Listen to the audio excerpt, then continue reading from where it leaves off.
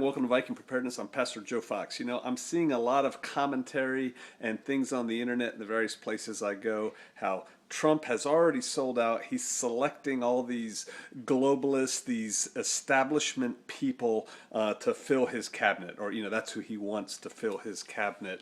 And look at that man, just proves he's just like everybody else. We're going to address that. I'm going to challenge you on something in this video. Stay tuned. Cue the intro.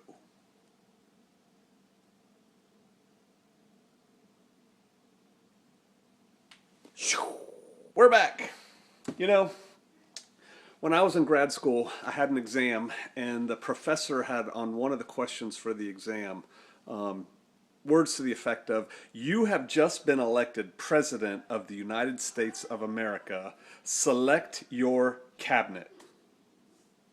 And so we had to write down, you know, you better know who the cabinet is.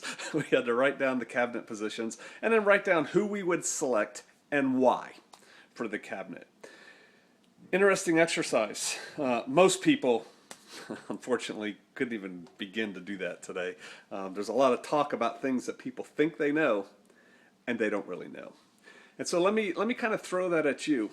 You don't like the fact that Trump looks like he's selecting the former Exxon CEO to be the Secretary of State, because obviously he's tied in with all this stuff. You don't like the fact that he's selecting whoever, just pick one that you're mad about, this person to fill this slot. Okay, it's a big, wide world out there, boys and girls. Who would you pick?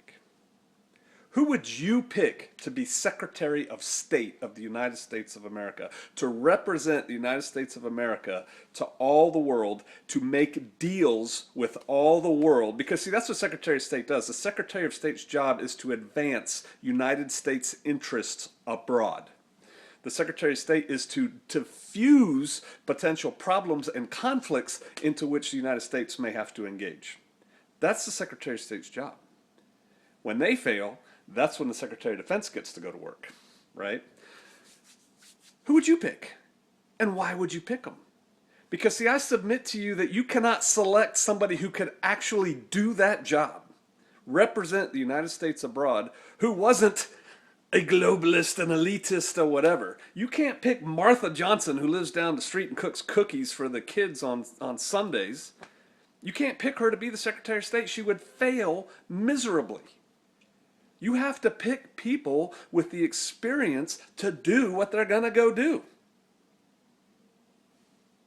It's the way of the world. It's how things work. So I just throw it back to you.